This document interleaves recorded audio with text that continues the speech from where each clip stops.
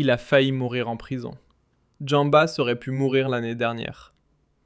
Effectivement, là je pense que peut-être que ces rumeurs, il n'y a pas de fumée sans feu. Certainement, son état de santé s'est encore dangereusement dégradé. Qu'il est peut-être proche de la mort. Mais à 82 ans déjà, ce n'est quand même pas choquant quand quelqu'un meurt à 82 ans. Déjà, il a battu le record de l'espérance de vie en Algérie. Il a failli mourir en prison. Jambas aurait pu mourir l'année dernière. Effectivement, là je pense que peut-être que ces rumeurs, il n'y a pas de fumée sans feu. Certainement, son état de santé s'est encore dangereusement dégradé. Qu'il est peut-être proche de la mort. Mais à 82 ans déjà, ce n'est quand même pas choquant quand quelqu'un meurt à 82 ans. Déjà, il a battu le record de l'espérance de vie en Algérie, qui est entre 73 et 75 ans, et qu'il est gravement malade. Mais il aurait pu mourir en prison. Il aurait pu mourir en prison. Jam Abbas. Pourquoi sur les réseaux sociaux tout le monde parle de lui ? Parce que quelque part, les Algériens et les Algériennes se sont réveillés. Malade. Il est âgé de 92 ans. Mais Jamal Abbas, je le dément catégoriquement. Il n'est pas mort. Jamas n'est pas mort. Il est encore en vie, il est souffrant, il est gravement malade, mais il est encore en vie. Juste quelques informations que vous devez savoir sur le cas de Jam Abbas, qui, encore une fois, était l'un des piliers du régime de Bouteflika. Et c'est un homme politique, une personnalité politique, une figure politique qui a marqué les Algériens et les Algériennes durant ces 20 dernières années. Vous allez savoir pourquoi. Parce que, vous devinez, il a occupé des postes importants durant ces 20 dernières années. Jamalou Abbas n'était plus en prison. Jamalou Abbas, il avait un triste record. Il a été considéré comme l'un des détenus les plus âgés de la planète quand il a été libéré au cours de l'année 2025, à la fin du premier semestre de l'année 2025, à l'âge de 91 ans. Jusqu'à 91 ans, il était encore emprisonné. Et c'était sous pression et sous intense lobbying pour que Tebboune puisse accepter de le libérer. Tebboune. Vraiment, il y a eu de multiples interventions auprès d'Abdelmadjid Tebboune pour que le chef de l'État, Abdelmadjid Tebboune, accepte de le libérer. Et quand il a été libéré, Jam El-Ouaz était déjà considéré comme le détenu le plus âgé du monde. Je ne crois pas qu'il y ait un détenu qui soit resté en prison jusqu'à 91 ans. Il doit y en avoir dans certains pays archaïques, déstructurés, instables, des pays obscurs et des dictatures arriérées, archaïques, comme la Corée du Nord, l'Érythrée, ou d'autres pays, le Soudan, etc. Peut-être que cela existe encore, mais en tout cas, par rapport à des pays normaux, des pays du bon sens, ou du bon sens, qui sont gouvernés par le bon sens, à 91 ans, on n'est pas en prison. D'autant plus qu'on est gravement malade. Il était vraiment gravement malade. Plus qu'il était sénile. Il était sénile. Il avait même des hallucinations lors de ses... Déjà, en 2019. De 2019 à 2022. Quand il devait affronter les juges. Quand il devait se présenter devant les juges. Il faisait des déclarations qui dévoilaient des hallucinations. Il parlait encore de Bouteflika alors que Bouteflika était en vie. Il disait au juge « Bouteflika va vous récompenser ». Il avait vraiment des comportements hallucinés, qui démontrent un comportement hallucinogène, vraiment comme s'il était sous l'emprise d'hallucinogènes. C'est quelqu'un qui est devenu sénile, et il fallait attendre son âge avancé. Il fallait attendre la fin du premier semestre de l'année 2025 pour le libérer. Il a rejoint son domicile à Médéa, où il est encore aujourd'hui. Il vit encore avec ses proches, gravement malade. Jam Abbas n'est pas mort, mais il est gravement malade. Jambas, je rappelle, il fait de la politique depuis les années 80, quand il était député du FLN depuis 1982. Il était membre du Conseil de la Nation de la Transition durant les années 90, pendant la décennie noire. Ensuite, il était ministre de la Solidarité nationale dès le premier mandat de Abdelaziz Bouteflika, de 1999 à 2001, ministre de la Santé. Ensuite, de 2001 à de 2003 à 2000 non, il était ministre de la Solidarité nationale de 1999 à 2001. Ensuite, ministre de la Solidarité nationale de 2001 à 2002. Ministre de la Solidarité nationale de 2003 à 2007. Il est resté à la tête du ministère de la Solidarité nationale de 1999 à 2007. Il est redevenu ministre de la Solidarité nationale entre 2007 et 2008. Il était par la suite ministre de la Santé entre 2010 et 2012. Et ensuite, il était devenu le secrétaire général du FLN de 2016 à 2019 et vice-président du Conseil de la Nation à la veille de la crise politique du Irak en février 2019. Il a occupé des postes très importants. Il est resté ministre pratiquement durant 20 ans et patron du FLN, la formation politique la plus importante et la formation politique historique du pays, pendant au moins 3 ans, avant d'accéder à son poste de vice-président du Conseil de la Nation au cours de la crise politique de l'année 2019. W. Abbas, il a été emprisonné, comme énormément, pratiquement tous les dirigeants de l'époque de Bouteflika. Son affaire n'était pas retentissante parce qu'il n'a pas été cité dans de graves affaires de corruption. Les affaires les plus graves, ce sont les ventes quand il a dirigé le FLN de 2016 à 2019. Il avait été accusé, lui et ses fils, d'avoir vendu des postes de députation et des postes pour les élections sénatoriales, des postes pour des membres de sénateurs et de députés pour le FLN. Et beaucoup d'hommes d'affaires et de gens riches avaient payé des sommes importantes auprès des enfants de Jam Abbas pour être inscrits sur les listes électorales, sur les listes de candidature pour devenir candidat aux élections législatives.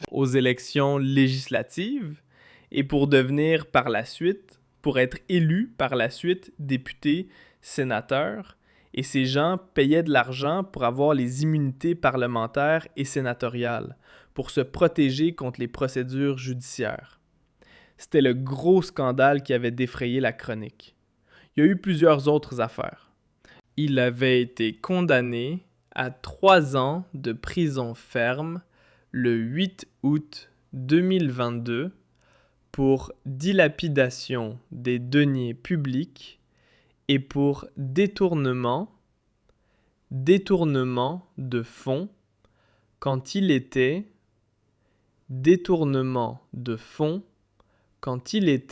ministre de la Solidarité nationale de fonction blanchiment. Mais ça n'a pas été le ministre le plus corrompu de Bouteflika. Djamba n'a jamais été vraiment mauvais. Moi, j'ai eu affaire à lui, beaucoup de journalistes ont eu affaire à lui, beaucoup d'observateurs et de connaisseurs de l'actualité algérienne ont eu affaire à lui. C'est vraiment un gros nounours. C'est un fou. C'est vrai qu'il avait défrayé la chronique à travers ses déclarations populistes quand il disait que le niveau de vie en Algérie était plus élevé qu'en Suède, et quand il disait qu'il avait étudié avec Angela Merkel à l'université de Leipzig en Allemagne, quand il disait que Bouteflika était le plus grand président du monde, que tout le monde l'écoute, que c'est un géant, que Bouteflika était un lion, quand il rugissait, et il terrifiait les lapins et les loups qui partaient se cacher. C'était un populiste. C'était un populiste et c'était un grand courtisan de Bouteflika. Et c'est vrai que lui, il a élevé la chita au rang de l'art.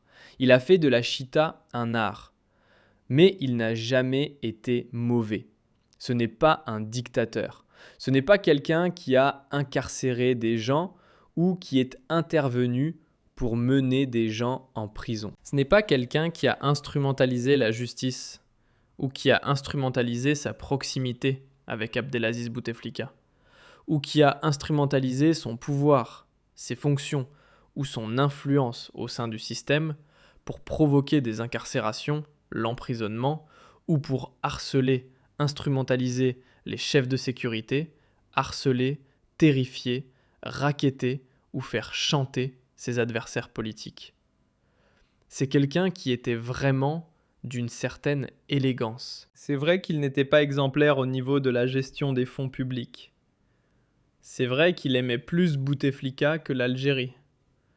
On va dire qu'il était un serviteur, un grand zélateur du régime, qu'il était un serviteur, peut-être même vil et servile du régime de Bouteflika. Mais ce n'est pas quelqu'un qui était méchant, et son emprisonnement et son maintien en détention, en dépit de sa maladie grave et de sa sénilité, parce qu'il est devenu sénile par la suite, il était devenu dès 2021 à 2022 dans une crise de sénilité. On l'a maintenu en détention jusqu'à 91 ans. Pourquoi ? Parce que Tebboune voulait s'acharner contre lui comme contre tous les anciens du régime de Bouteflika. Il n'y avait aucune logique. Soyons logiques.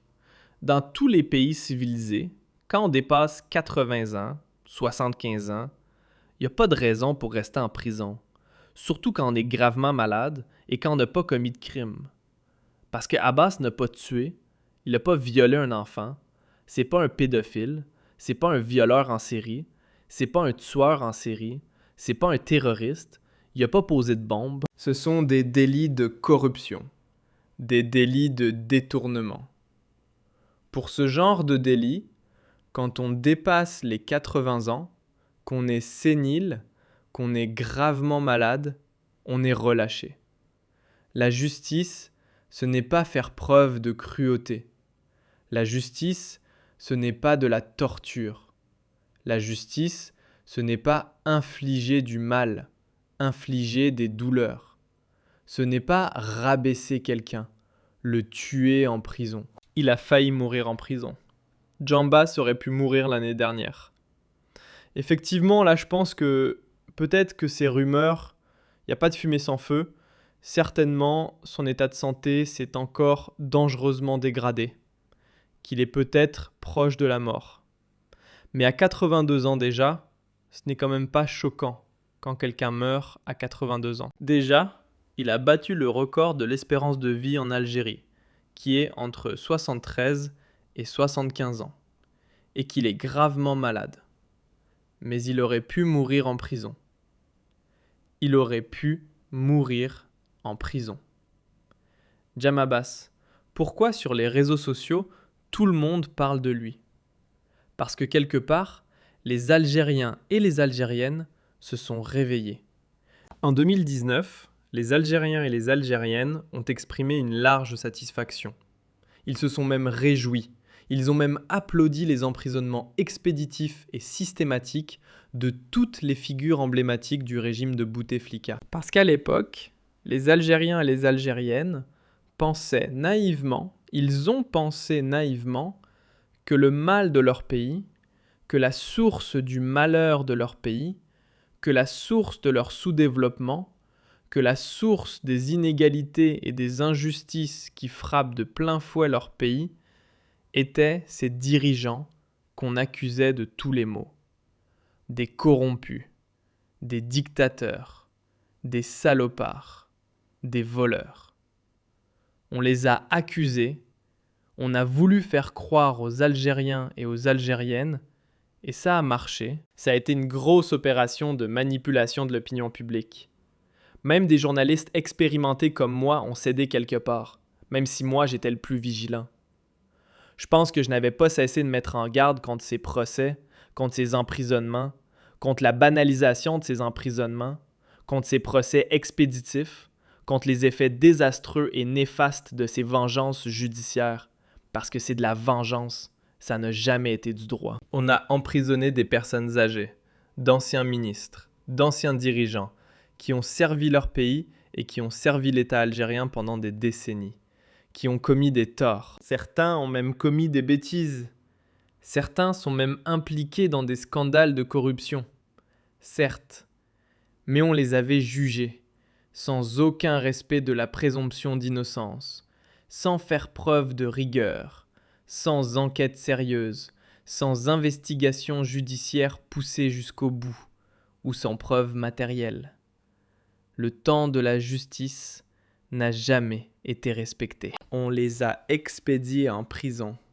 On les a condamnés rapidement et arbitrairement, sans tenir compte de leur état de santé, de leur morale, de leur état physique et de leur état psychique. Ils sont tous malades aujourd'hui.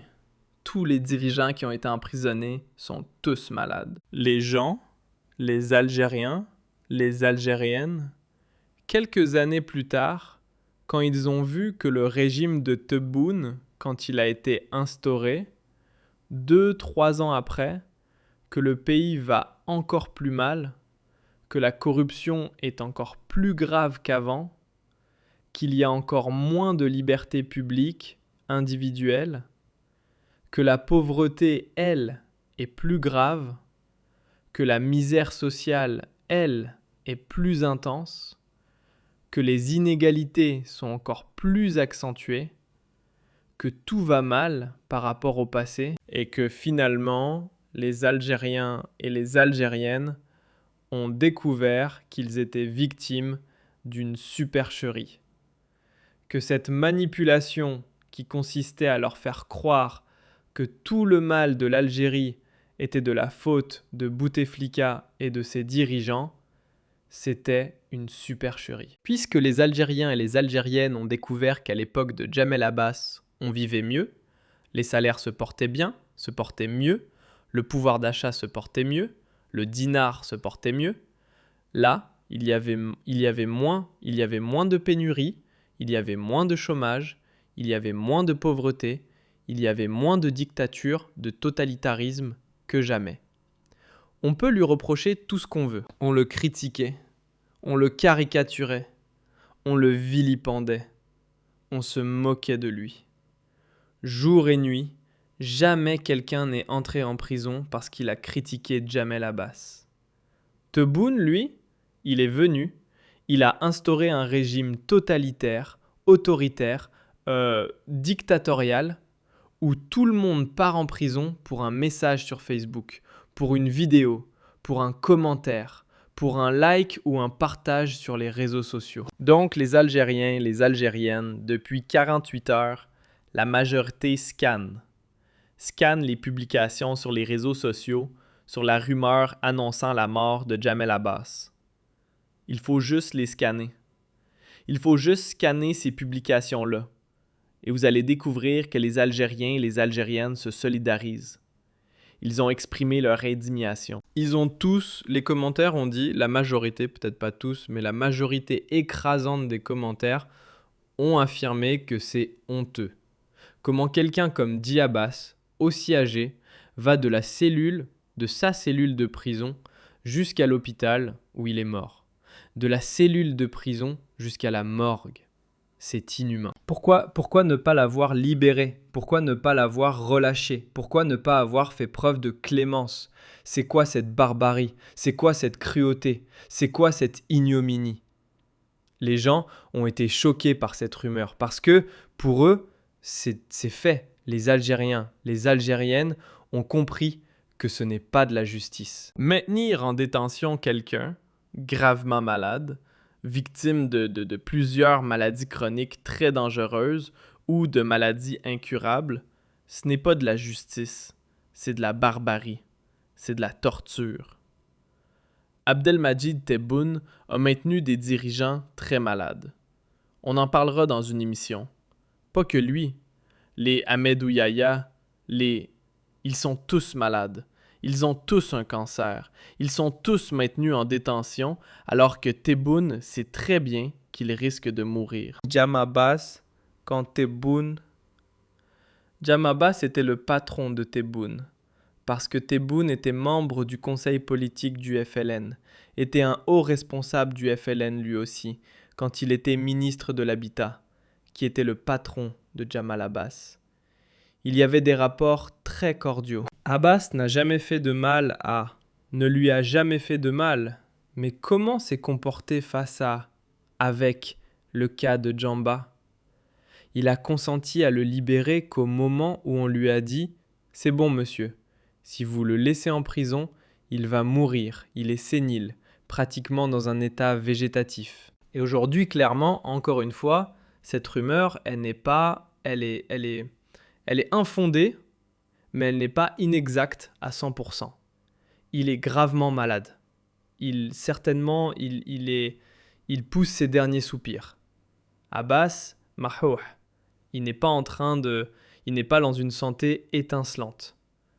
Il est en train de rendre peut-être ses derniers soupirs, il faut dire la vérité. Mais son incarcération, son maintien en détention jusqu'à 91 ans, cette information a choqué les Algériens et les Algériennes. Et cette rumeur, et l'indignation des Algériens et les Algériennes face à cette rumeur, elle démontre que les Algériens et les Algériennes se sont réveillés. Il y a une prise de conscience. Ils ont compris que ce que nous avons fait aux dirigeants de l'époque de Bouteflika était inhumain et qu'on les a utilisés comme des boucs émissaires pour calmer la colère populaire et pour manipuler l'opinion publique algérienne. Ou pour lui faire croire que si le pays allait mal, que si le pays était resté sous-développé, que si l'Algérie ne s'était pas développée, c'est à cause d'eux, à cause de leur corruption, à cause de leur mauvaise gestion. Ce qui est partiellement faux, en grande partie complètement faux, puisque l'Algérie d'aujourd'hui, elle est encore plus mal que l'Algérie d'hier. Donc le véritable sous-développement s'est aggravé, les injustices se sont aggravées, la pauvreté s'est aggravée, les